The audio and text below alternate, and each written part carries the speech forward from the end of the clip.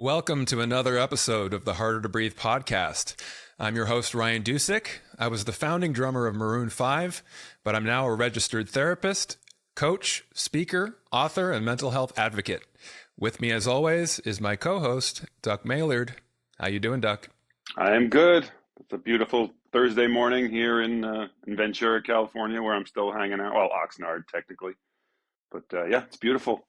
I'm happy to be back. It's been a while. I feel like, we kept such a heavy schedule when we started the podcast that now we're going a week or two between podcasts. I feel like I haven't seen you. Yeah, it is. You look so different. Do I? Have No, I aged? not really. Yeah. You look terrible. You look really bad.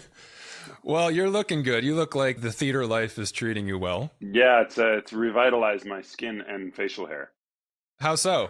Just that I have to shave, which, as you and I both know, we very rarely are clean shaven. We just kind of get the beard trimmer out and stuff. But now I have to shave every 2 days to keep the stubble away. And so, yeah, I focus more on, on moisturizing and all the dumb stuff that I really don't ever focus on. So, well, it's not dumb if you take your skincare seriously, Doug. That's true. Only a dumb guy wouldn't. Exactly. That's my point. So. Yeah, I mean, I think for me, for a while there, we were moving so fast. We were doing multiple interviews a week. And it was good because I think it helped us get our chops. And it was every time we do one, I felt like we were really in practice and really moving along. And then you notice when even just a week or two off that you're like, oh, kind of have to get my feet I hope I remember how again. to do this. Right. Well, I don't know. I mean, I think we were getting a little bit ahead of ourselves because we had the good fortune of so many awesome guests that it's like, well, these aren't going to come out for 3 months now. Right. But it's a little bit like, if I shoot a TV show or a movie that isn't going to come out for 4 months and I'm like, you guys just wait, you're going to be so excited to see it. Then you forget about it. And then it airs. People are like, I just saw you. Or like, oh, that old thing, I did that months ago. It's got to be like recording an album too. You pour over it for a year and then a year later it comes out and you're like, God, I remember that. Now it's a distant memory, Yeah, that happened with us at both stages of the band, in the Cars, Flowers days and in the Maroon 5. We kind of made the Fourth World album twice because we got signed to an independent deal, and most of the songs that ended up on the Fourth World, we recorded one time through in a proper studio in Sound City, out here in Van Nuys, California. Nice, baby. Yeah. And that record never came out. And it was another year until we got in the studio with Rob Cavallo and Warner Brothers Reprise Records. And we were past that stuff already. We were on to new material and thought, let's make a whole different record. And they were like, wait a second, we signed you for some of these songs. We want to hear Soap Disco and Future Kid. And so don't we all want to hear Soap Disco? Yes. So we recorded those songs again. And then it was another year or more before it even came out. And by the time it came out, we were like, oh yeah, those songs we wrote when we were in high school. Right. And we didn't even we were like, this doesn't represent us anymore. So there's such a lag time that with the Maroon 5 record with Songs About Jane, it turned out to be kind of a full circle thing though, because we had been writing those songs. We got in the studio, we recorded it. And by the time we were on the road for 6 months and the album was coming out, we were very self-conscious because nobody had heard the record. We were fully committed to this. And we had thought maybe we didn't make as good a record as we could have. Yeah. We were really second guessing ourselves. And so by the time it came out a year after we had started recording it and stuff, we were kind of well, I have no idea. And we were already well, the next record will be good. The next record will be better than this one. This one would be a good start. And then it took another couple of years for us to realize it was oh, I guess we did do a good job. There's some traction there. Well, there's a parallel with this podcast because, I think when it first started coming out, we're sharing it with friends and family and we're getting feedback and stuff. But I don't know about you, but I'm starting to get feedback from people I don't know. Obviously we've seen comments and stuff on Instagram, which has been great. But independent of me kind of telling people about it, I'm hearing from people who are like, I listened to your podcast. I was like, really? They're like, yeah, it came up in my feed randomly and I started listening and I'm a big fan now. And my boyfriend listened. It's a really cool thing to be all that hard work that we've put in. we're starting to see, people are finding it on their own and getting things from it without me having to be like, please listen to my podcast. You're my friend. Right. Well, that's a weird thing to sort of think about is there are people out there in the world that are just discovering this thing organically. Yeah. And hopefully getting a lot from it. Yeah. Yeah. I mean, that's always, when I wrote my book, it was the same thing. It was like, the cliche. It's like, well, if one person reads this and gets something from it and it changes their life, then wonderful. And then you find out that, more than one person has read it and that's made an impact. And that just feels good. It's the same thing here. It's just, you get kind of stuck in the minutia of wanting to continue to grow your brand and your product. And it's like, well, there are people that are discovering this every day. Yeah. And that's just it's a great feeling. I mean, I've already seen the impact and people reaching out to me and saying really nice things. And I can only imagine if you continue to do it for some time, just like with the band, you build over time, but the impact, that's what I'm here for, is the impact. Yeah, we're all about the impact. Yeah. I wanted to tell you something that I thought you'd be proud of. We talked about it in the last episode a little bit, which again, might come out of order. So it's okay. No spoilers. I was dealing with some anxiety. That's the spoiler. And we talked about it a little bit on the last episode, and I talked about how just personally, Ryan kind of helped me through a time where I would text him and be like, I'm feeling this and things like that. So I've been working a lot the last week or two on some of those suggestions and things like that. But I've been trying something new, and it's been really cool. For an opening night gift, one of my fellow cast members gave me this lovely journal, and I've been journaling. I wrote down, I'm not going to show it, but I wrote down just, it's nothing else for like posterity. So I can say like, oh, this was the journal I kept while I was doing that show. But it's had an amazing effect. I like, it helps me kind of like clean house almost. Like I'm just sort of writing down, here's what happened, here's how I felt. And by the end of it, I go, that it wasn't as big a deal as I thought it was as I was writing it. You know what I mean? Just sort of putting it in perspective and seeing it on the page makes it clinical and kind of makes me separate from it, so it's not emotional. And I go, oh, yeah, I was okay. I handled that well. I'm proud of that. And I even write that, like, I'm proud of how that went, things like that. So I've never journaled before. Really? And I don't know if I'll keep it up, but it's been a cool new little experience for me. That's awesome. So wait, that wasn't a suggestion that I made. It wasn't. And you're a terrible therapist. You should have suggested. It only happened, like I said, because the character I play is from a part of Ireland called Cork. And so they gave me this journal, which is bound in cork, as just a cute little joke. But I was like, hey, well, I'm going to use this. I have to use it. It's such a nice gift. And I sort of discovered all those things on my own without your help. But it's been cool. Do you recommend journaling or to clients? Or is it something you have experience with yourself? Absolutely. I mean, after I wrote my book, I thought to myself, like, there's got to be, and this probably exists already, but a form of therapy that's not narrative therapy, but like literary therapy. Yeah. Like going through the process of not just writing down your thoughts and journaling and just having that little intimate space where you can work through things, but actually taking that material and crafting it into a narrative.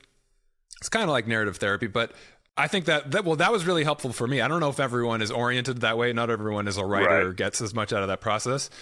But for me, not just putting it on the page, but actually then pouring it over it and having to make sense out of it and create a story that would be helpful, not just for me, but for an audience. That really helped me find closure in things in the past and find purpose and direction on things in the present and the future. But journaling for anyone, even if you're not, I think, inclined that way to be a writer per se, I think is really helpful, because sometimes we have some awareness of what's going on inside of us, but it's all kind of jumbled up and it doesn't really have any sort of sense or order to it. And with just the act of putting it on a page, getting it out in that way, having to go through that other channel of the creative, like organizing it, think it more of like an analytical mind rather than this emotional reaction helps. Like I said, it helped me. I'm not, as our listeners know, I'm not like a really like, let's journal, let's meditate. Like I don't actively reject that stuff, but it's not my nature to be like, let's in touch with our inner soul and all that stuff. Right. But I found doing this in only an attempt to like utilize this nice gift, that it had this unexpected effect of me being like, wow, that really helped me with some clarity with what I was going through. You know, even just, I did it the night after I got home from a show, and I wrote, I was like, here's how the show went, and here's what I felt, and here's what I'm excited about. I wrote about you. Ryan's coming to the show next week. I hope I hope I impress him. I hope I show, you know, like things like that were like, it was good for me to go through what I'd been through, but also kind of set some goals for what I'm going to go through and things like that, and just give me something to shoot for. And so as someone who is not inclined, I'm inclined to write, but I'm not inclined to like pour my feelings out in the journal. Right. I have done so, and I found some unexpected benefits. So if some of you out there are thinking you might not be that type of person, maybe give it a try. I don't know. You might find something like me. You know what's interesting, now that I'm thinking about it, my experience with it was equally positive, but almost opposite in terms of how I used it and the effect that it had. Because I did journal a bit when I was younger, when I was a kid, and I wasn't really doing that as an adult because I was an English major in undergrad. So I was doing a lot of writing. And so in between essays and things like that, I wasn't really thinking about opening up a journal and writing more. But I'm a very creative person, and I do find that I find clarity on things by creating things, whether it was music or writing or any other sort of project that I could, you know, find a way to get out what's inside. Mm-hmm. And for me, I have a lot, I think that I tend to be somebody that has relatively good self-awareness and clarity, but I tend to intellectualize. And so my mind is like very organized by nature, and I tend to put things sort of very strategically in order. But what I sometimes lack is the ability to delve into that emotional place, is to sort of foster a release or just an acceptance of what is the emotion connected to that thought. Gotcha. You know, and that's kind of why in therapy, I was always trying to do the cognitive approach. I was always trying to, what are the thoughts? How do I work with the thoughts? Out-intellectualize the anxiety. Right. I can outthink it. Right. And that wasn't working for me. And I think that there are people that are coming at it from both angles and we've talked about this before, the same advice for one person might be terrible advice for the other person. For me, I didn't need more cognitive. I didn't need more intellectualizing. Like I do that as a coping style already. I needed ways to tap into just sitting with emotion. And so poetry became my journaling. Okay. Poetry was something that I enjoyed in college. Looking back on it, I enjoyed reading it and studying it. But I think also because Adam, as a lyricist, was not letting anyone else write any lyrics anymore, it was like a way to kind of be like, well, I can write better poetry than him. Right. But what it became for me when I went on the road, it became my journal. It became the thing where almost on a daily basis, long hours in the van, driving across the country, I would just be inspired looking out and seeing an empty field filled with cows or whatever, and I'd start writing a poem. And inevitably, it would start with just something that sounded mundane or not having anything to do with me, but then my internal experience would start to come out in the words that I was sort of free associating. And then I would recognize an emotional experience I was having that I might have been burying. And to this day, if I look back at that poetry from that time in my life, I'd say from like age 20 to 25, or actually 20 to 30, I would say. In my 20s, I wrote a lot of poetry. I can read a poem and I know exactly what it felt like in that moment. I know where I was, I know what I was feeling. And I think that's more true of that than even like listen to a song that we recorded. Now I listen to a song, I'm like, I have a vague memory of what space I was in when we were working on that. But when I read one of my poems, it's like, oof, I could feel exactly what I was feeling in that moment. And so it reminds me, I should do more of that. It is a good connection to the emotional side, which sometimes that can be a blind spot for me because I'm an intellectualizer by nature, as a lot of us are. I really hope that there is a poem that you wrote called An Empty Field Filled with Cows, because I read it. I want to know where that goes emotionally. Well, you know, I think I, like a lot of armchair poets, had that sort of secret desire that someday my poetry would be collected and disregarded by the masses. You know, it's funny, as I was telling you this story about the journal, there's like a 2% part of me that's like, and when I die and my papers are collected for my archives, they'll be like, look at this journal that Brian wrote during the show. And so I've been careful to write only nice things about my cast members in case it ever gets out, Snape's journals from the Harry Potter movies. Like, this young Daniel Radcliffe is a lovely lad. That's what I'm hoping. So yes, my collected papers for my archive. I think all of us creative people secretly have that kind of fantasy, right? It's not a secret. It's an open secret. Yeah, I mean, I think to this day, every time I was thinking about writing a follow-up to Harder to Breathe, and what would it be? I was like, is it going to be easier to breathe? Maybe it will. No, we'll I'm see. going to go with no. Let's not call it that.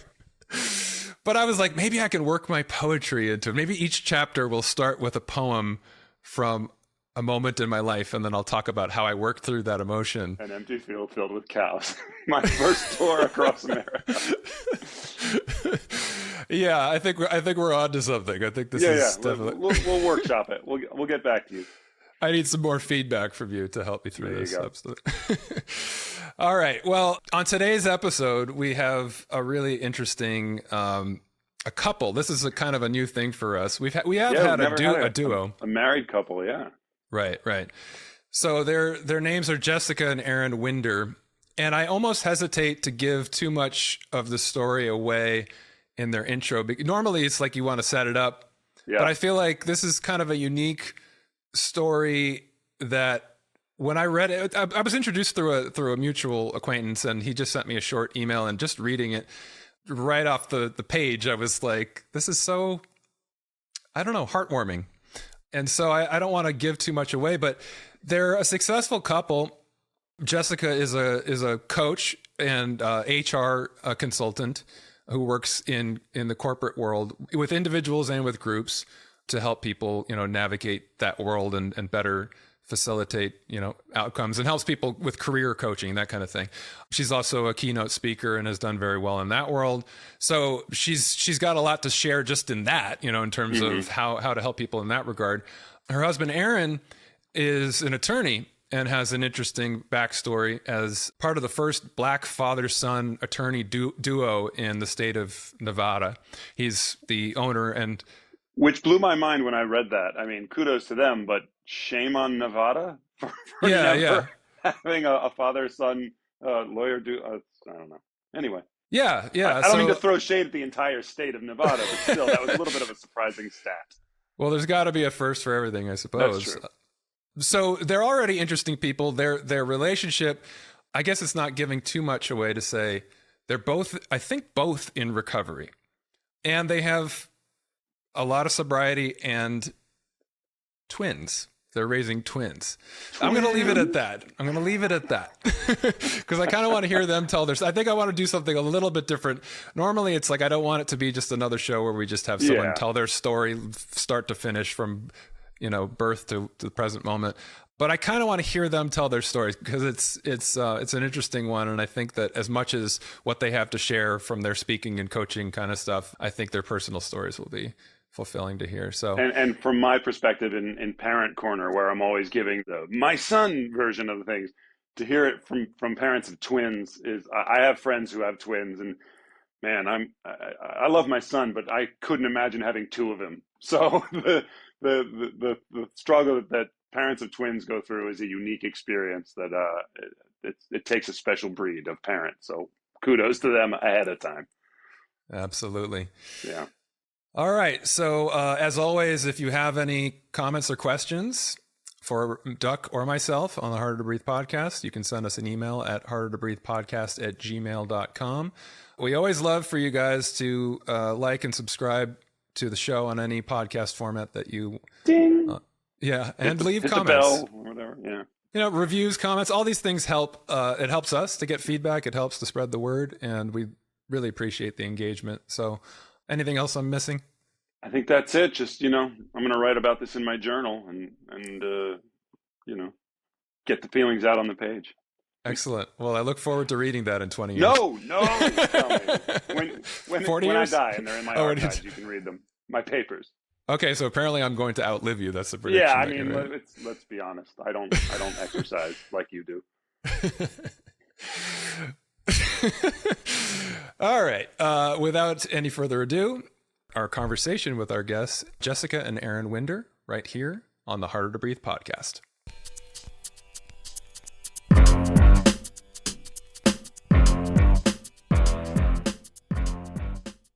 Aaron and Jessica Winder, welcome to Harder to Breathe. Hi, we're so excited to be here. Hello. This is so cool. And, you know, it was just recently that we were introduced through a mutual acquaintance. And I was just saying in the intro, I read very little of your story, but immediately it was like heartwarming. And I was like, this is a story that I would love to hear more of. And so I think I'd like to do something a little bit differently than we normally do on the show. We don't normally do things very linearly. We kind of just dive into recovery topics and things. But I want to hear from you guys the backstory of where you guys have come from and where you're at, both individually to a certain extent, and then to the extent that it becomes the couple story. So I won't tell you who to go first, but I'd love to hear just kind of like, you know. This is your first test. Let's see. Part of the blinders, I think I'll let you go first. Okay, I'll go first. Okay, so recovery story. I have been sober since January 13th, 2020. It started out, to be quite honest, with me getting a DUI in 2019 and going to jail. And for those of you who don't know me, it was a very scary experience for me. Even though I just sat in a holding cell, that was enough to scare me straight. Okay, so I'm not made for jail. And so very quickly I realized this is not going to work. But to be quite honest, I was very deep in my addiction, and I actually went back to work. It was like over a holiday weekend, went back to work that next week and got a promotion. And so no one knew that I was like living this double life. Like the one holding thing that I had was that I was still good at my job. And at the time I was an HR director. So it was almost like if people were suspicious that I was drinking at work, who were they going to tell? Because I was the person that you would tell. And I used that to my advantage. That's 3D chess right there. Like that's beating the game. And, once I got sober, there were people that came to me and said, like, we knew something was going on, but we didn't know how to help you, or we didn't want you to lose your job, because then what would happen? So my bottom was going to jail for a DUI. And then, to be quite honest, I went back out. So I got that DUI at the end of 2019, got sober for maybe 3 months. And then like New Year's Eve, went back out and decided there's nothing wrong with me. Like, I still have a job. My life is still good. I'm going to continue to drink. And took about 12 days of, basically just binge drinking in my house. And it had gotten to the point where I would like wake up vomiting blood, and I would put towels down. And I thought that was normal. Like, I would wake up and like vomit blood and then go back to sleep and thought, it's fine. I'm going to work every day, So truly in the thick of it health wise, but not realizing it, that people were watching me and that they were seeing it too. So decided to get sober. Definitely was a hard road. I remember saying, nobody's going to want to talk to me. Nobody's going to be my friend. Nobody's going to like me because I'm the party girl. I'm the fun party girl. Who am I if I'm not partying? And so it was really, really hard. And then I will say funny stories. When I first met Aaron, he asked me about like going to meetings or being in recovery. And I lied because I was so ashamed. I said, no. I've never been to an AA meeting. I don't know what you're talking about. And then I cried in my car and called him back and was like, actually, I do need help and I am going to meetings. And he was like, oh, that's cool. I've been sober for a long time. I go to meetings too. And that was kind of the start of our connection that we didn't even know. I wouldn't say that when I started dating, I was trying to date people that were sober, even though looking back now, I don't know that I could be married to somebody that's not sober because I don't know that I could do it. But yeah, that was the start of my journey. Yeah, and that's the same here, right? I had been sober for 6 or 7 years before I met her. Okay. And I wasn't necessarily looking for someone that was sober, frankly. I mean, I think I was 36 at the time, the dating pool is already, shrunk, right? Diminished, yeah. So I wasn't going to make that a requirement, but then it just so happened that she was in recovery too. So we definitely bonded over that. So I've been clean and sober since 2014. June 16th, 2014 is my sobriety date.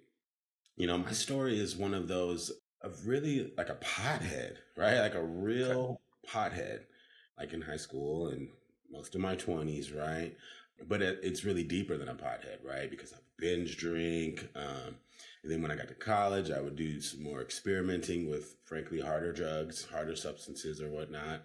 And so by the end of it, the experimentation with the harder substances had turned into addiction to some of those harder substances. And that's what kind of brought me to my knees.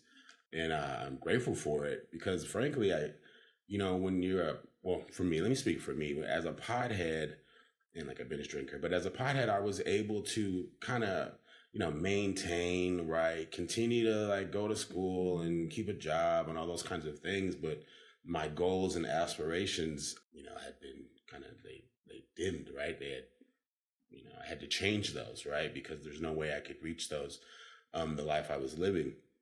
And so I feel like I could have kept along that road and could have kept along that same path of just being a real pothead and drinking a lot and changing my goals and not realizing that I'm really smothering myself, right? So in some ways, I'm grateful that, frankly, the harder drugs kind of got a hold of me and really shook me up. So then I ended up in rehab for 30 days and actually came out and relapsed for a weekend. But then after that, here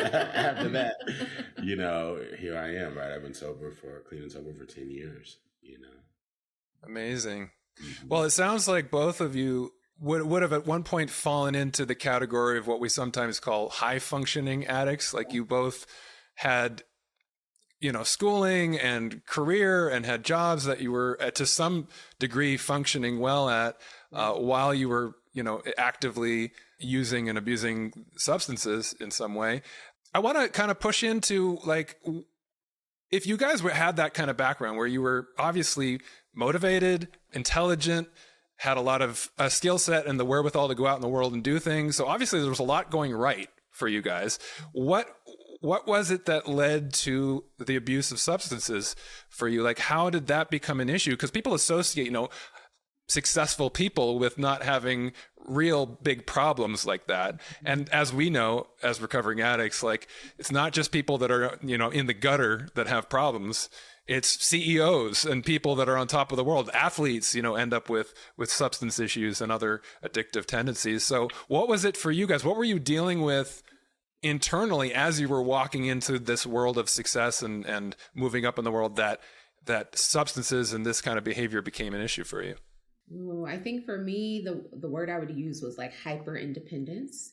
So growing up, I have a sister that is mentally ill. And so all of the family's attention was always on her. And so it made me into like this hyper independent, I'm going to do it all by myself. But at the same time, I'm going to be drinking. So I started drinking. I couldn't even tell you what age. Like I was super, super young. And it started out fun. Like it started out like this is the fun thing to do. And I would always use drinking as a reward. So I literally remember in college being like, I'm going to study, I'm going to ace this. And like, I'm going to have a 4.0 and then I'm going to go out and get like slaughtered. And I would like, I graduated with a 4.0 GPA because I would like hyper down, study, and then just be drunk.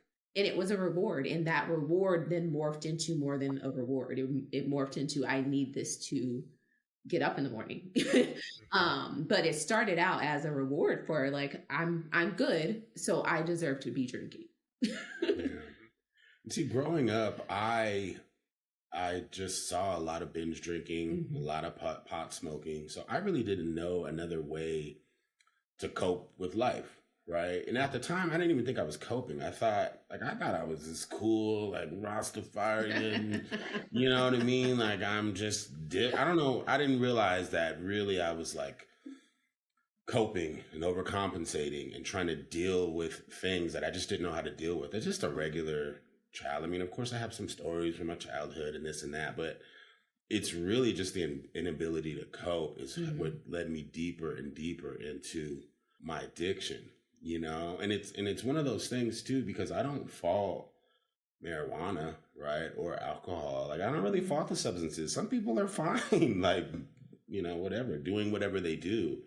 But the way I use them and abuse them was certainly way over the line.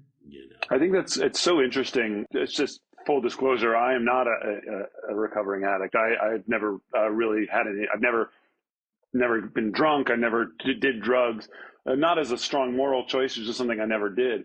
But it's always interesting to me as an outsider looking in to see like you say, the different paths or triggers that led you guys to addiction. As kids, we, like Ryan said, we picture a drunk guy in the gutter. That's what an alcoholic looks like. And I was the son of an alcoholic who didn't realize that my father was drunk. My father was not a fall down drunk. He didn't slur his words. He just got mean. Mm-hmm. And I just took it as anger, and now I know, of course, every time that he was really angry or abusive, he was drunk. Mm-hmm. And it's so interesting to me, and I think it's interesting to our viewers and listeners to hear that, whereas Jessica, you were looking at it as a reward. You weren't hiding from something. You were rewarding yourself for achievement, where Aaron, you were saying your inability to cope. So there's a million different paths and reasons and triggers that start people down this path, and they're not all the same, and it doesn't always look the same. And so if someone who's listening is saying to themselves, well, that's not me, I don't reward myself with alcohol, or that's not me, I don't hide from my problems with alcohol, there still could be an issue there that isn't just because you don't fit a particular criteria of what you perceive as an addict. It's an important distinction for people to make. So thank you for sharing that stuff. Yeah, I was that person that would literally be like, there's nothing wrong with me. Like, look at my life. Like, what are you talking about? Like, how can you have a 4.0? And yeah. Like, how, what are you saying? I'm smart. I was that person. Well, and early on in my recovery, when I was in the rooms, they talked a lot about, how there's a lot of really, really successful people that are addicts or that are in recovery and whatnot. And I've thought about it, and I think it's because it's almost two sides of the same coin. Like the way I was so in touch with my emotions and needed to cope and felt everything so deeply is the same way I'm so passionate about my success and everything matters to me and I care about this or about some of the perfectionism stuff. Oh, perfectionist, It's all kind of two sides of the same coin where you just got this like power and this strength and this care. But some of us, I was using that. I was using that to substances rather than like these other areas that would equate to, conventional success. Mm-hmm. So then you guys meet, it sounds like, Jessica, you were in pretty early recovery when you met Aaron. Aaron, you were about 6 years in. What does life look like at this point? I mean, what kind of, you're in early recovery, you're just learning how to be a sober person and how to navigate life without drinking. Now enters this guy into your life. How does the dynamic shift? What's going on in your lives around that? What does it look like? Yeah. So I think I just hit my 1 year mark when I met him. So I was still in the very shameful space. I was very much still in I don't want to talk about this. I'm just going to go to these meetings, but don't talk to me about it. Go ahead. Oh, no, I was thinking, that's right. Because you were still, I'm not calling myself. I was like, literally, I remember one time he asked me a question about about being an alcoholic. And I was like, I'm not an alcoholic. What are you talking about? Like, don't ever use that word with me. You know what I mean? So I was very much still in the, don't call me an addict. Don't call me an alcoholic. I just, I'm going through a phase. Like I literally would say I'm going through a phase, but I've been sober for a year. And I actually think at the time I told him this, that I had decided that I'm going to show y'all that I can do this for a year and then I'll decide. So I had actually not decided that I was going to stay sober at that point. And so when we met, I actually think that is one of the many reasons that I decided, no, I need to keep on this path because my life was going so much better. Like things were better. My health was better, both physically and my mental health. And I thought, I've met this great guy. He's also sober. Maybe this could work. Maybe this sober life could be my thing. But when we met, I had not decided that I was going to continue. I was very much like, I'm going to show you I can be sober for a year because there's nothing wrong with me. Okay. Which is wild. Yeah, which is wild. And frankly, by year 6, I was much different. Yeah. My personal belief is that, your first month, year, 2 years, they're a lot different than as you move forward in your journey, And so my first year or 2, even 3, but definitely my first couple of years, I was heavily into 12-step program and meetings and those sorts of things. And I absolutely needed to do that at the time. But, my truth and my story is that, as things changed, I didn't I didn't attend those 12-step meetings and all that as much, and it kind of slowly trickled away, which was better for me, and that's not everybody's story. So by the time I met her, I wasn't, if you're not an alcoholic, fine, like I said earlier. That is not my job to, label you or whatever. It's just not my job. So recovery is very personal, So I'm working my own program, doing my thing. Things are working for me. I liked her for her, not because she happened to be sober. Meanwhile, I'm like, snap. Don't call me that. Don't call me that. The more it bothers you, the more the shoe fits. That's not my business. Was there any concern for either the two of you? I know that it's recommended that people early in recovery don't date other people in recovery, partially because, I don't want to speak for anyone, but I know a lot of focus of that first year of recovery is you got to be doing this for yourself. You can't be doing it for someone else. And if you now suddenly have someone that you're trying to not disappoint, that's not the same as trying to do this for yourself. So was there any concern with that, with either of you? And Ryan, if you have any thoughts on that as therapists too, I'd love to hear. Well, and that's a great point. And like I said, the first year or two of recovery, I think is much different. And so as a blanket, rule or guideline, I actually agree with that very much, right? You don't want to make these huge decisions. There's a lot going on. You're experiencing a lot those first couple of years. At the same time, listen, I have the heart wants what the heart wants. Yeah. I have been looking for her literally my entire life, and we definitely weren't gonna not pursue it because of a clock in recovery. At least that never even crossed my mind. No, it didn't. And honestly, when I met him, I was still going to meetings, so I was still 3 meetings a day. Wow. I would, literally go to a 7 a.m. meeting, go to a, during my lunch hour, go to a 12 o'clock meeting, and then go to a 6 o'clock meeting. So I was still very heavily involved in meetings and recovery and all of that stuff. So to me, it was okay, well, I hit my 1 year mark. And like I said, in my mind, I was well, I don't even know if this is for me still. So, and I was well, at least he's sober. I won't be pressured when we go out on dates or anything like that. So I felt it was a safe space, to be quite honest. To give my 2 cents, Doc, I think part of the other reason why people recommend you don't jump into a serious relationship in the first year of recovery is because intense emotions tend to be triggers, right? Mm-hmm. And it's not always necessarily just bad emotions, because as you guys laid out earlier, yeah, sure, when things get hard, it gets hard to be sober if that's your coping style that you're trying to put aside, but you still have that in your past. But sometimes good emotions are triggers. Sometimes a good feeling, like for you, Jessica, it sounds like, you had a reward. You associate well, it's time to party, man. I mean, this is great. This is a good feeling. I want to make it better. So triggers can be really complicated and tricky sometimes in terms of knowing what it is that's going to set you off and set you back on that path. And also because, let's face it, people in early recovery are sometimes a little bit discombobulated. They don't really know what's up and what's down. And so are you able to maintain or begin a really good a really solid foundation for a relationship? Maybe not. And then what happens if it doesn't work out and there's all those intense feelings and now you've got your heart broken? And that, of course, can be a moment where you feel that's hard for anyone, let alone somebody in early recovery. So that's kind of the part of it.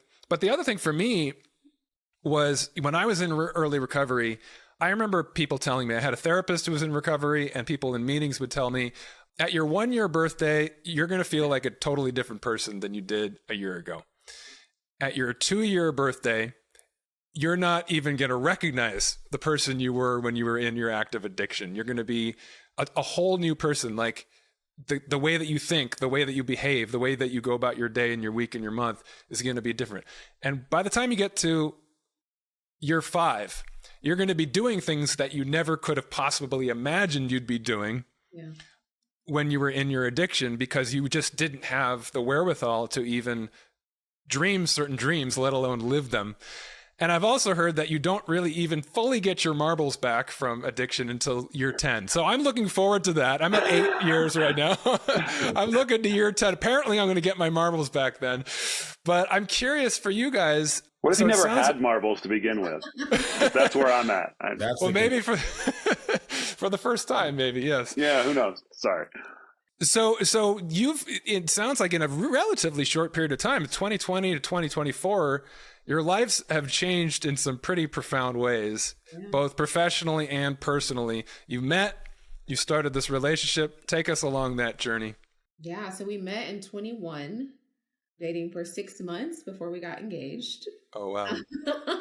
You really were looking for it your whole life, Aaron. You knew, man. I'm telling you. And if you would have asked, Aaron, the previous Aaron, if he would ever propose within 6 months, I'd have been like, what? There's no way. You don't even know somebody. I went through this whole list of reasons why that would never happen, but that's exactly what happened. Yeah. So we got engaged at 6 months, and then we got married. Probably we had been together like a year and a half. Mm-hmm. Yeah. We got married in November.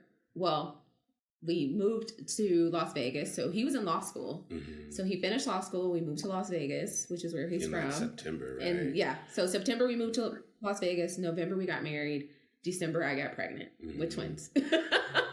So we twins pretty fast. Pretty crazy. Yeah, we were in it. And once we were together, like I remember telling him when we met, I was like, listen, if I come out there to Vegas and we hit it off, we're together, you're my man, we're done. And that we've been together ever since. And I'm like, hell yeah. Like I'm telling you, I've been looking at her forever. So I'm like, yeah, let's do it. Let's sign up. Sign me on the dotted line. Because I proposed after 6 months, but I actually knew at like 2 or 3 months I was going to propose. Wow. It was like a month and a half in, I went to Texas to go visit her, and like we went by a jewelry store just to look, and I was really, And they were asking us like, oh, how long have you guys been together? And we were like, oh, a year. We had been together for like 4 weeks. We gotta lie. We sure did. In recovery, we lied. Yeah. It happened. Do you think that your shared experience, both together and as addicts in recovery, led to that expedited timeline somewhat, in terms of you have a clarity now in your life where you go, I know what I want now. It's not clouded by judgment. And if I see something that I want, I'm not going to waste time because I wasted a lot of time already. Do you think there is an element to that? I had never thought about that. I think so, though. That's why I'm here. I shed light on things. I always attributed it to me just being more mature when I met her, but I had also matured with 10 years, it was 6-7 years of recovery under my belt. Yeah. So you're right. I could see that, because even when we met, I said like, listen, I want to get married and I want to have, well, I didn't say I want to have kids. He was the one that was saying he wanted to have kids, and I was like, I'm not a factory, but we got past that. Yeah, you got past it quickly. I quickly was. Like, ma'am, you already said you were willing to have kids when we I changed my mind. I was like, I was the kid thing was so funny, because I was like wanting to still be a little bit independent but still be with him. But we were very clear from the very beginning. There was no like, maybe we want to get married, maybe we're going to have kids. It was like, if we're going to do this, we're going to do this. I also think, we were older, at the time I was 35, so it's like, if we're going to do this, almost like the clock is ticking. If this is what we really want, we got to go for it. Mm-hmm. Yeah. I always say that because since I've been sober, like it's been one sort of blessing after another, things that have come, that a lot of times in the rooms, they talk about like, the God or the universe loves a sober person. If you stay on that path, the universe will reward you by putting opportunities in your path and revealing things for you. And I don't know if I believe it in a cosmic sense, but I do believe that when you are walking this path, your eyes are open to things that they wouldn't have been. And you do recognize blessings and opportunities as they come that would have just passed right by you if you were in the haze of your addiction, and you are in a space where you're able to walk towards those things without the kind of fear and hesitance. Because when I was in my addiction, it's like I was avoiding responsibility at all costs. I was avoiding intimacy and connection at all costs. And in recovery, those are the good things. That's the part of life that makes me feel that life is worth living. And so the things that make me a little bit nervous, even the things that are like, ooh, that's a big step. Mm-hmm. Whereas before I would have been like, no, I want nothing to do with that. Now I'm like, oh yeah, I think I need to step into that space, even if it is a little scary and makes me anxious, because there's growth there and there's opportunity and there's possibility there. Yeah, absolutely. I mean, we've talked about the fact that like, if we would have met each other in our addictions, we would have never been together. Like we would have never been able to make it because of like who we were when we were in our addictions. It would have never worked. Yeah. And I think there's just so much courage it takes, right, to live like a life of recovery. Mm-hmm. I feel like I've always said it's like I take life straight with no chaser, right? And I just go through it. I feel it all. I take it all. Mm-hmm. And throughout, at this point in my recovery, I just can see the strength and the power it takes to live this lifestyle as an addict, right? If you're not an addict, well, then, maybe you never were an addict, you never drank or whatever, and that's different. But as someone that's kind of is like actively decided to live this lifestyle, I feel like it takes a lot of courage, and it's something I'm proud of, Well, it takes a lot of courage and strength to be the parents of twins, too, I would imagine. How old are the twins now? They are 13 months, and we are now expecting our second set of twins to come in January. What? Yeah. We're going to have 4 kids under 2. Yeah. Wow. Good luck. Have fun. Yeah. Oh, look at that. Oh. So this wasn't part of the plan, right? This wasn't something you... I mean, are you doing like some kind of... You said you weren't a factory, right? You clearly said... When I said it, my body said, guess what, girl? Yeah, hold my beer, literally. Right. Hold my beer. Yeah, so we have twins on both sides of the family. He has twin sisters. I have a bunch of twins in my family. So we weren't exactly surprised. To be quite honest, we weren't surprised. But it still is, even my doctor's like, I've seen this happen in 30 years, like 3 times. Yeah, it's pretty crazy. Is a minivan even going to cut it? I mean, you might have to get like a passenger van, we're looking at a Tahoe. Yeah, Tahoe XL, she's resisting the van. I mean, we were resisting the van, but I told her in 5 years, I could see maybe we have to change our mind. Yeah. We'll see, but we are definitely looking at the extended, extended 3rd row seat. Yeah. Absolutely, with room. Yeah. So that was the big reveal. So is this all excitement, or is there some trepidation and nerves going into having 4 kids? Oh, I mean, I think we're so excited because, this was a decision that we made that we have 2 girls, so that we wanted to try for a boy and see what happened. And we tried and got 2 more babies. We don't know the sex. We want to be surprised. So we're just going to wait it out. Whatever we get, we get. But yeah, people keep asking like, how are you doing? And I'm like, this is a perfect lesson in staying present. Because I am staying very present. I am not thinking about January too much because it does feel overwhelming that, we're going to have 2 1.5-year-olds and 2 newborns. It's wild. It's got like anticipation and excitement and then some nerves and how are we going to do it? It's got all those things. All right? the things. Like, yes to all of them. Yeah. Okay, so then on top of all of that, you also both are successful people. In the midst of this storyline, Jessica, somewhere along the line, you've started your own business as a career coach, and you wrote a book. How are you guys? I mean, Aaron, you're also running a law firm, right? You're the chief guy at this law firm. How are you navigating the professional aspect of your lives, and which is very involved in and of itself, with parenting and being there for each other? Ooh, it's a lot. I would say, I just started a new job. So I started a new job at 4 months pregnant as senior vice president of HR. So started that, still running my own career coaching, executive coaching firm. And I actually wrote my book when I was 6 months pregnant the last time. So I think when he talks about like overachiever, like perfectionist, that's literally the definition of who we are. I feel so lazy just listening to you. I'm so excited that I did my hair this morning. Like that was my achievement. What's the next thing? Like career goal. But I think it's also like our dynamic is very like push each other forward. And like, even when he told me, he was working for a firm and he said, I want to quit. I want to start my own thing. I'm like, do it. Like, why do it right now? Do it tomorrow. Like, now? Yeah, like, I was wait a minute, we're not call them and quit right now. No, yeah. And okay. that's our dynamic. That's it's really yeah, it really is what happened. And I think, I don't know, I keep telling him, like, I believe in the dream. Like, whatever you want to do, you want your own firm, I believe in the dream. So yeah, but I mean, how are we holding on? By a string. Yeah, for sure. And just to rewind too, like for me, like I'm telling you, when I talk about like the pothead thing and not reaching for my dreams and stuff, like I spent a lot of time in high school in my 20s, like.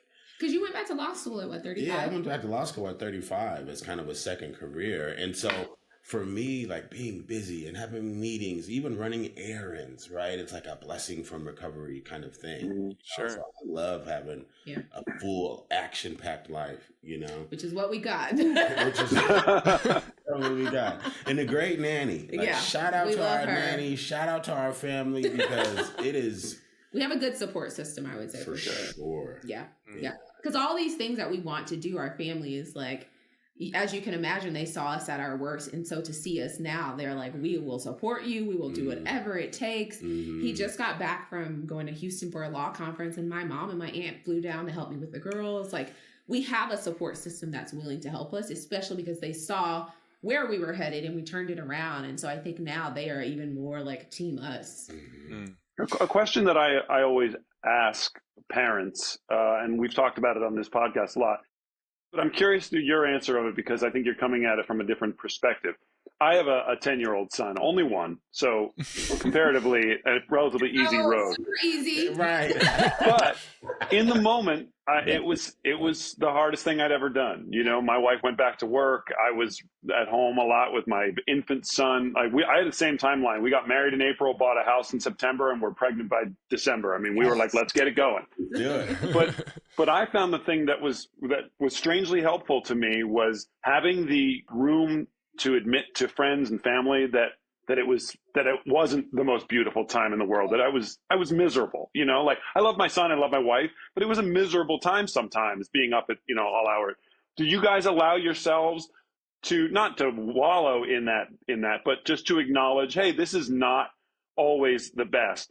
But I wonder if, coming from the perspective of where you were before this, if it's all just gravy at this point, like even the worst times now are 10 times better than the worst times before. Yes, both but things no. can be true. Yeah. Can be true. Yeah. But and even back to the recovery piece, right? I feel like one of the major gifts of recovery is just to really be truthful about like what you're feeling, what's happening. You know what I mean? Yeah. And so sometimes it's really hard, really overwhelming. And we talk sometimes about it. My wife doesn't like really like me that much. You know what I mean? Yeah. She gets annoyed at me. Your wife should hang out with my wife. I like her. She's still here though. It's all those things, right? Yeah. And so, but you're right. But when you do kind of compare it to where we came from, you're right. It in some ways it's all gravy and it's all more than I ever dreamed for. But then also, like tomorrow, if Savannah doesn't sleep through the night and I have to sleep on the floor with her all day, like Friday maybe be really difficult to get through at work, right? So, and we put a lot of time into like talking through it. So we actually found a place here called Maternal Minds that like it gets you ready for your baby. And so like we have a therapist that we absolutely adore that we started seeing when we were pregnant and has seen us through the process, seen me through postpartum. I have been very open about my postpartum journey and like how hard it was for me. And actually there's a book called, Moms Have Scary Thoughts that was a saving grace for me when I first had my daughters, because I suffered from very intrusive thoughts and like thinking that they were going to get hurt and like basically being like nobody can touch them. And so that was really hard for me, but I would talk about it freely. Like, hey, like when people would come over and want to hold them, I would say, I am very scared right now. You can hold them, but I am scared and I'm going to be watching you. And it's not you, it's me. I cannot breathe when you are holding them. That's amazing. I don't think I've ever heard of therapy or a therapist who helps kind of that transition into parenthood, which is an incredibly stressful and new experience. They literally hand you those kids at the hospital and they go, have fun. And you go, who's helping me with this? Yeah. That's amazing. Yeah. Yeah. Shout out to Frances. She's amazing. And yes. And of course, now that we've use the service, right? It's like, of course we needed it, right? We were newly married. Right. We were, you know, she's pregnant. And I mean, there was just so many changes happening. And then also, when you're married and then pregnant and the children, it, maybe some of the issues you have with your family individually or whatnot that you kind of worked, you like compartmentalize and kind of deal with how you deal with. Now you have this baby and people in your life and coming over and not coming over and all these different, so it like brings it all to the forefront. So we were, I mean, we talked about it pretty openly, even when I was like going through postpartum and my mom came to stay with us. And this is like a funny story, but it like tells you where I was in my level of postpartum. We have stairs, and I don't know why the thought of anyone carrying them on the stairs literally would make me start shaking. So I told my mom one day that we were taking them downstairs to feed them. And I was like, I know this is going to sound crazy, but I need you to get on your butt and scoot down the stairs, stair by stair, as you hold her. And she did. And I cried because I was like, I'm just so happy I could just say that. Because if I would have carried her down those stairs, I would have been holding my breath. And it was I mean, we would, you know, like send out text messages to people before they came over about like rules and stuff. And we were like new first time parents, right? And I'm supporting my wife and I have my own stuff. So it was what it was. And I mean, it is what it is. I wouldn't change it. And my family knows that too. Like, whatever. They probably were like these. I'm sure they had a bunch of group chats about us. For sure. These crazy people will not let us go down the stairs. Yeah, right. Like, we can't. Yeah.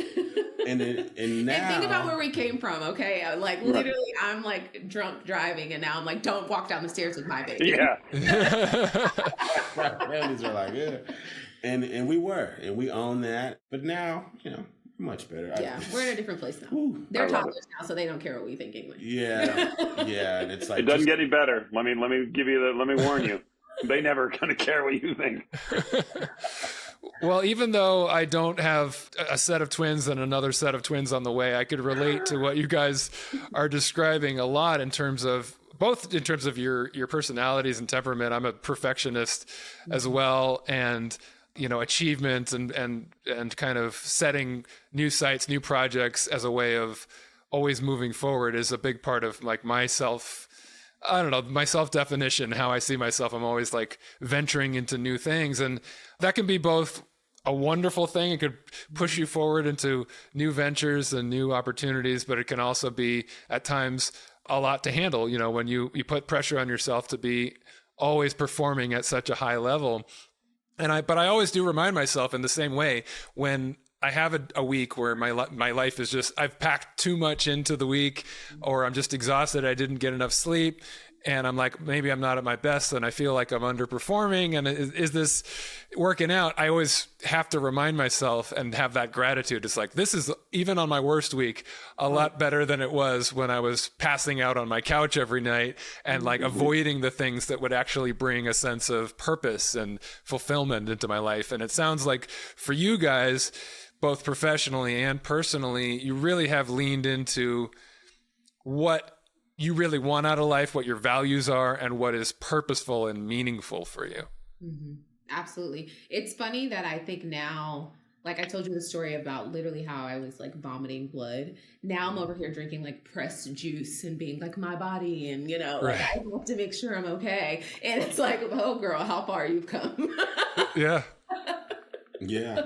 I mean, yeah, without a doubt. And, you know, like I was a perfectionist and didn't know it, right? I had like hidden behind all these different things and, you know, for fear, right, of failing. So I had to use the fear of failure thing to just not try. But it turns out like, I'm kind of a perfectionist and I'm kind of A-type personality, even like come off really chill or whatever. Like there's some things there. Like I really am. Don't start talking to him about the law. Yeah. Oh, wait a minute. You know, who says that? Well, my dad's an attorney, so I think from an early age I was like, yeah, that's not the field for me. So we don't have to dive into that too deeply on this show. Although, Aaron, your father is a lawyer as well? Yeah, so my father is an attorney in Las Vegas, Nevada as well. He's been practicing 40 years. Yeah. And it turns out we are the first father-son African-American duo in the history of the Nevada State Bar. How crazy is that? Which is wild. Well, congratulations, but as I said in our intro, how is that possible, Nevada? Get your shit together. Like what? I don't know. We like did a bunch of research just to double check because you're like, really? Like, but, can that be? And it's true. We checked with historians and everything. So, but it's 2024. We're moving forward, I guess. Yeah, right? there you go. Someone has to be the first. I think the thing that a lot of people don't get about perfectionism, because I think a lot of people use that word as a sort of humble brag. Oh, yeah. It's like, oh yeah, I don't settle for anything less than perfect, But I think real perfectionism, when it becomes a problem, is what you're describing here. It's when you hold everything to such an unattainable standard that you become paralyzed by it. Mm-hmm. You're not able to step into something because everything you do is not good enough, or the fear of it not being enough, or whatever it is that you're comparing yourself to, that prevents you from actually doing anything, and you become stagnant. That was the case for me for years, especially because I did have success early on in my life, and then I was comparing everything to that. And so it was like every time I'd sit down to just like try to write a song or try to write a book or something, it was like the first line was like, nope, it's not good enough. It's never going to be good enough. I suck. And I just would stop there. And it is when you are able to kind of like give yourself that grace, that self-compassion without judgment, and be like, you know what, I'm just going to do my best, and step into this space. I wonder for you, Jessica, you are helping people in their careers and kind of giving them direction and tools. Does your personal life come into that stuff? Is it just about the workplace, or yeah? Oh no, I talk about it all the time. In fact, most of my clients find me from like my LinkedIn content where I talk about being a mom. I talk about being in recovery. I talk about it all. And I tell people all the time, like, like I was a job hopper and I like moved around jobs. And part of that was my addiction, is that like at one point I had moved from Houston to Chicago. And when I moved, I was like, I'm going to be a different person. I'm going to stop drinking so much. That didn't work, because, you take yourself wherever you go. And so that lasted for a little while. And wherever you go, there you are. Yeah, exactly. So, but I talk about that with my clients because I want them to know, I think sometimes people see my title, especially on LinkedIn, and they're like, oh, a senior vice president. And then I start talking about all the things that I went through and like addiction and all those things. And they're like, oh, okay, like it's attainable. That's the feeling I want people to have. It's like, it is obtainable. You can get there. And funny story about this is that I never ended up going to rehab, but there was one time I was at work, I'm in my office, and I have this epiphany that, maybe I might need some help. So I start researching, he knows the story. I start researching rehabs, but I decide I'm going to go to a very nice rehab and I want to do some horse therapy. And so I call them. I call this rehab facility and say, hey, don't think I need to be there. But if I did, can you talk me through the process? And like, how often can I ride the horses? And this lady on the phone, bless her heart, she's like, I deal with this every day. Like, girl, like you probably do need to be here. But like, that's like the perfect example of things that I would do while I was at work. Okay. So I tell my clients this, like, listen, like you had a hard day. I was researching rehabs. Horse rehab. So how about the stuff with your personal life today, navigating, being a parent and maintaining your relationship while you have this thriving career? Is that the stuff that you help people with as well?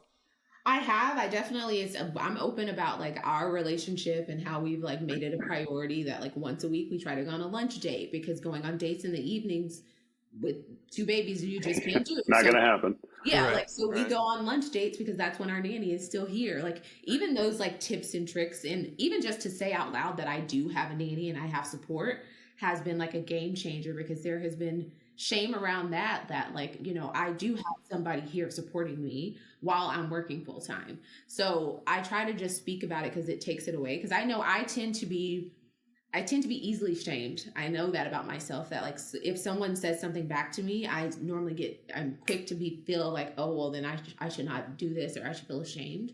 And so I talk about these things so openly to like combat that. I have a question that I think both of you, hearing each of you answer this question, would be really interesting, because you have a lot of similarities, but different backgrounds. Mm-hmm.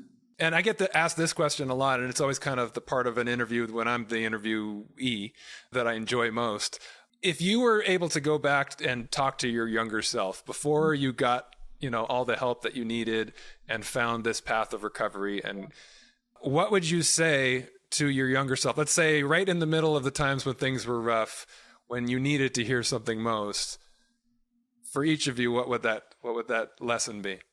I would tell myself to like face the fear, right? Like walk through the fear, take a deep breath, like you can do this, and part of what we had talked about a little bit earlier is, shout out to my mother, right? She raised me and like told me I could be president and all this kind of thing, right? And I like really believed her, right? So when I had that fear of the action, it wasn't like to be like employable or to maintain. It was like this fear, like, could I be at the top of a profession, or could I be a major league baseball player? It was always like these really lofty like goals and dreams I would have, and I would just, bury my head in the sand. So I would tell my younger self, just like go for it, take a deep breath.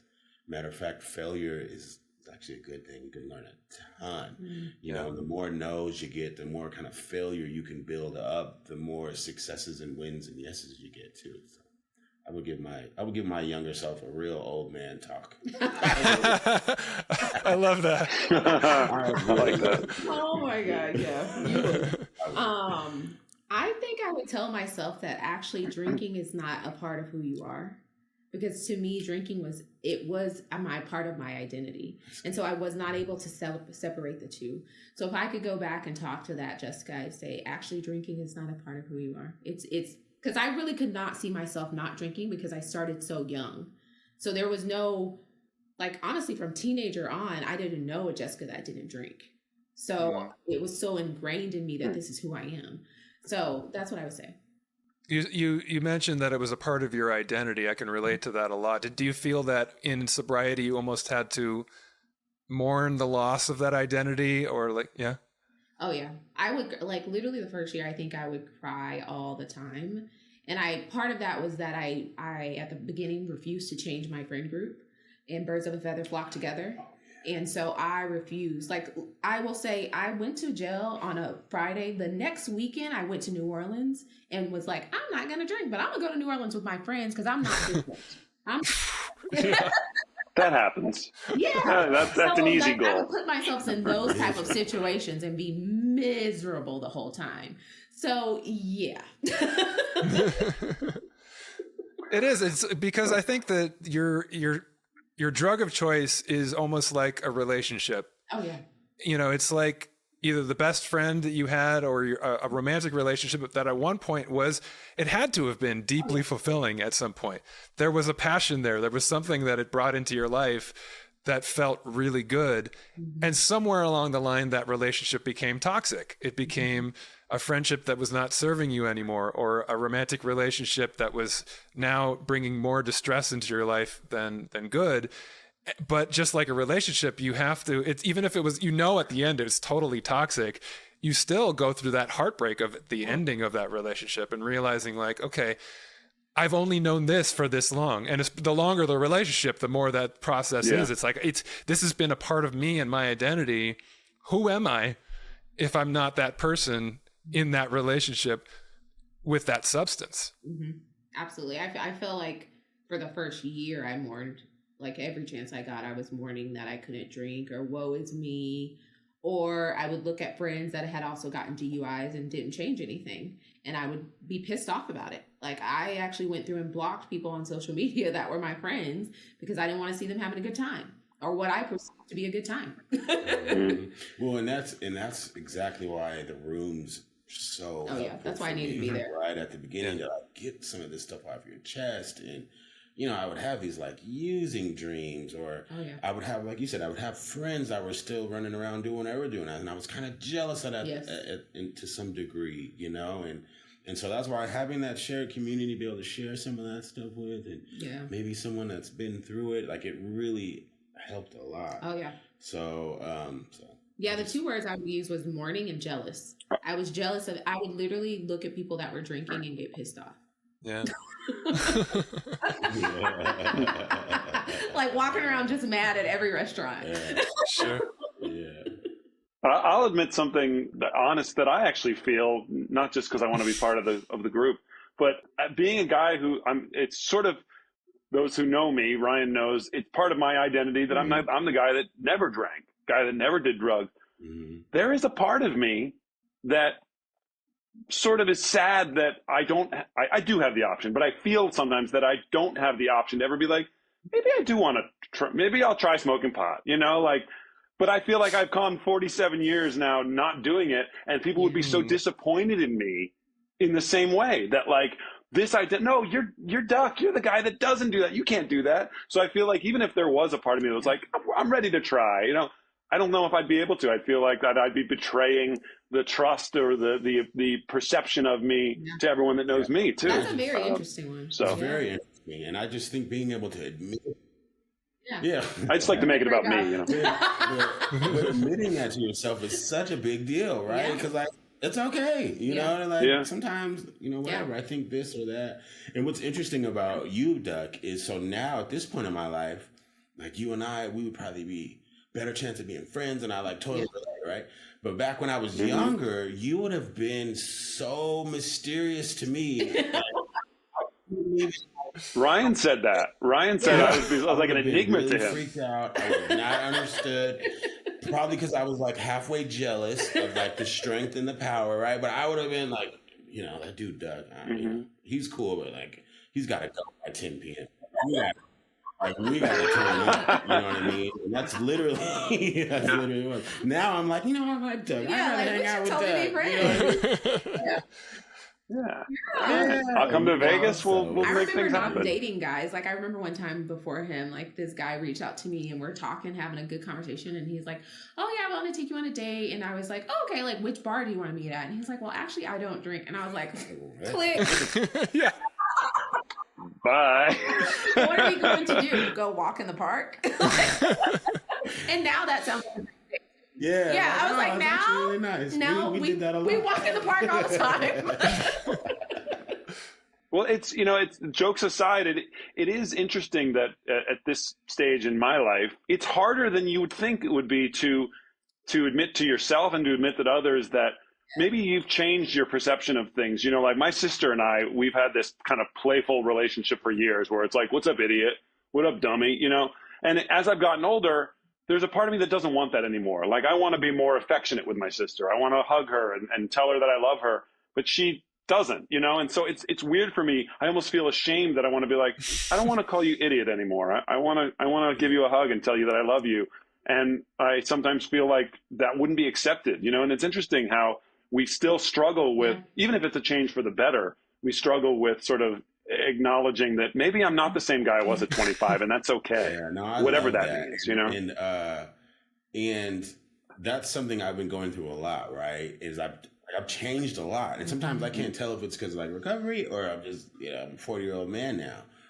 There are like positions in politics and other social issues that I've like changed. You know what I mean? That I've changed a little bit, or I see things differently now, or like I don't agree with that or whatever. Like or comparative to your friends. Yeah. Because I feel like we both still have like a group of friends that like know us who we used to be, and then like new friends that we're now making, and never the two shall meet. You know what I mean? Because it feels very different. Like even when I talk to some of my friends that I've known since college, they've said like, you are just completely different. Like we don't even know you anymore. And then obviously I meet new people that are in this stage of life that I'm in that are like parents or like, they're sober and they only know this Jessica. They've never met the other Jessica. So yeah, it's really interesting. And I say, having made those changes, I say like, tell your sister, listen, I like to call you idiot half the time, but the other time I want to give you a hug because I really love you or whatever, So I've like lean into the, I'm enjoying them. Jessica, you tell me to call her today and do it, right? You're going to motivate me. Yeah. Let's do it on the air. I'm going to call her right now. It's a Tony Robbins moment. Well, that is exactly. That is so call touching, Doug. I hope that evolution occurs because evolution is such a wonderful process. I think that the main thing that I've learned in sobriety is that when I was in my addiction was that I was not growing. It was just a state of just being stagnant, and getting out of that, like life is so much more interesting and so much more exciting when you're able to evolve and realize like, oh yeah, I didn't have it figured out then, and I've just figured something else out now, and maybe I'll have a different perspective another 10 years from now as I continue to grow and learn new things. And yeah, I mean, I wanted to make a point because it's funny how things come full circle. We were just talking, Duck, in the intro a little bit about narrative therapy. And what we're kind of touching on here is the concept that like the stories that we tell ourselves, the things that we just sort of assume are a part of our being, sometimes are just that way because they were conditioned over time to continue to believe that about ourselves. And it's not until we allow ourselves the freedom to be free of that narrative that we actually learn we're not limited by that. There are other options, and we don't have to necessarily be stuck in this story that I've been telling myself, or that society has been telling me, culturally, like because I'm Jewish, because I'm Mexican, because I'm Black, because I'm a woman, I'm this or I'm that. And it's like, well, that's just a story that I've been told that I've accepted my whole life. Like maybe I have a different story than that. Maybe I can venture out. And I think whether you're an addict or not, we all, to a certain extent, get wrapped up in certain behaviors that are just a part of this narrative that we've been telling ourselves.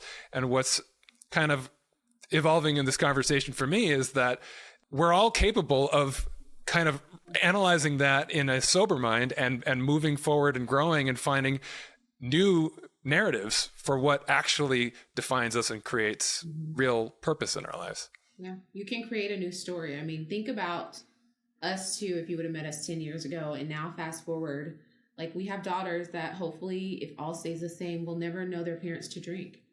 Like they will grow up in a sober house. Neither one of us grew up in a sober house. Which is mind blowing. It's like blows my mind that like they will will have parents that they never see drink. And that was not our story, you know? Where the default will be not drinking. Yeah. Right? Which just seems it blows my mind.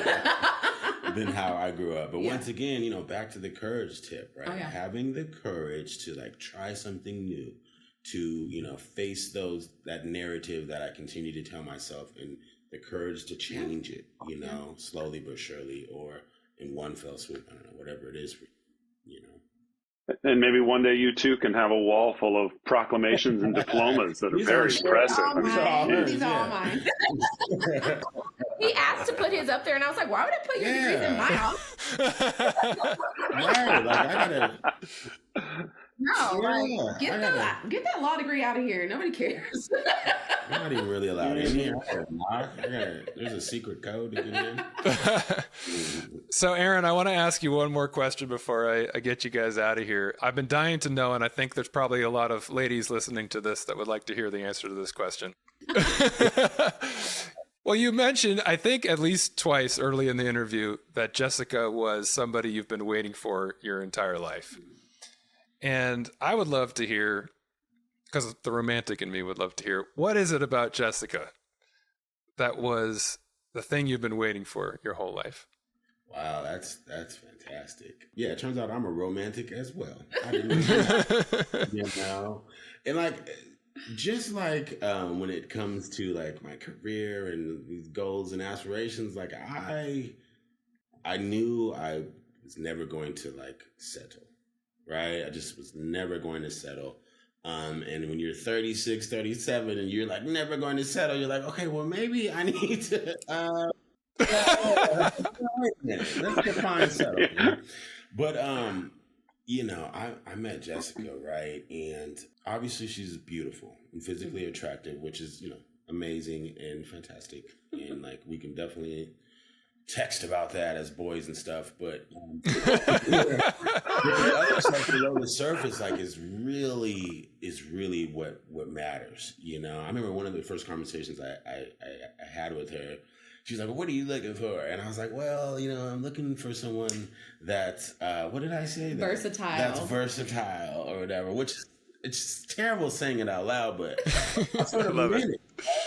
Yeah, well, that can be construed many different ways. Yeah, he's like, I want somebody, and I was like, "What do you mean?" I wanted someone that could, that was like funny, but could be serious. That could go with me to like my little barbecues. That could go with me to my fancy galas. That could lay around and watch basketball, or, you know, that could go to some highbrow art show where we don't even understand anything that's going on, or whatever. You know, I wanted someone that could like do all those things with me, and she fits the bill, you know. And the way I grew up with a lot of really strong Black women, right? And so, you know, I always needed someone that could push back, that could, you know, push back with me intellectually, that can go back and forth, but that was confident enough also to like know when to lead and know when to fall back, and like be able to do this kind of whole dance. And so she's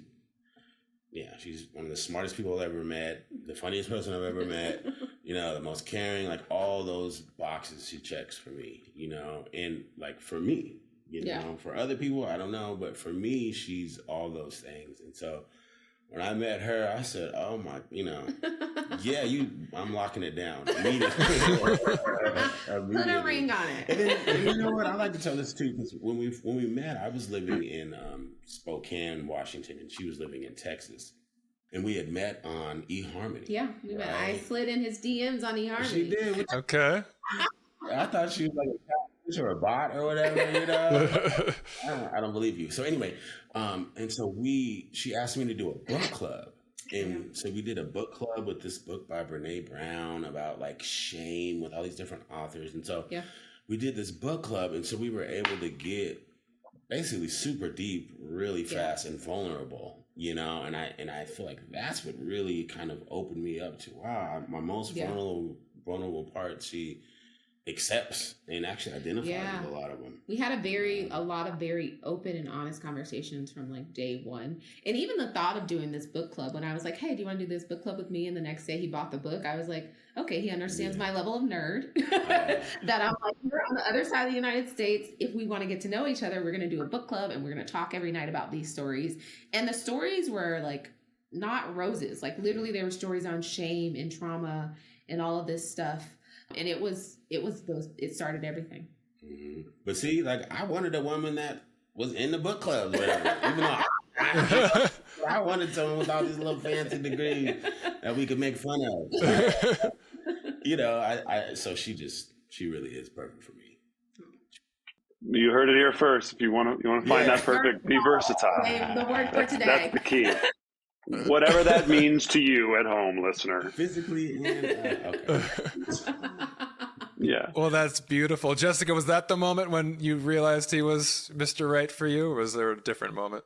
No, I definitely think the book club was one of the first ones that I was like, okay. And then I actually flew out here from Dallas to Vegas to meet him. And literally within 10 minutes, I was like, okay, like I could be with him. Like we could do this. And we had been talking and doing this book club for weeks. And finally I was like, when are we going to meet? Mind you, he was like doing like a legal internship, so he couldn't come to me. So, and mind you, my family and friends are like, you are crazy. You met this guy on eHarmony. You're going to fly out to Vegas. And I'm like, I'm willing to take a chance. Like, let's try it. So I did. And I think when I got here, when I left here, I was like, we're together. Like, you're my man now. And that's how it's been ever since. Matter of fact, we like went through my phone and we sent like little messages to all my little hookups or whatever. I was like, hey, like I found somebody. I drafted him a message. Cool. The HR was like, let me draft you a message to send out to every girl that you. We will no longer be requiring your services like, at this time. Thank you so much. I met somebody and we're together now, and she's amazing. So I sent a message, right? And then like these messages came back and they're like, oh, congratulations. Yeah, you know, I was shocked. Good for you. I was like, oh my God. Like literally the messages were like, we're glad you found somebody. Like super nice messages back. Yeah. But yeah, I made him message every girl that he was talking to in his phone.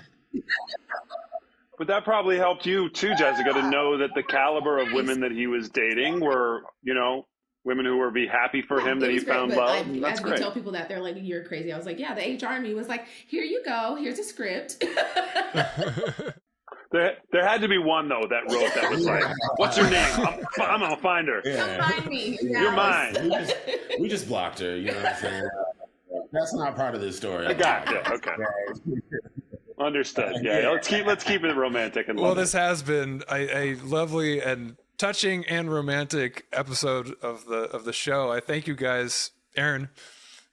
We don't get to say that too much, right? We don't have a lot of romantic that's part of the reason why so. I was immediately drawn to this wonderful couple and their story. It's because I knew there was the recovery element and addiction, but it's just to be on this journey and the blessings of recovery and to find each other and to be on this path where you're supporting one another. And it's just, we need our hearts warmed in that way to know that good things come, because we talk about this heavy stuff a lot. And I think it is important to talk about the good stuff too, This is the promise. Recovery, which I myself needed to hear that, because I did not, when I first got sober, I did not believe that was true. Well, you've got good stuff, and you've got more good stuff coming. So congratulations again on the growing family. Thank you very much. You've been fantastic. Yeah, I've had a great time. Yeah, really looking forward.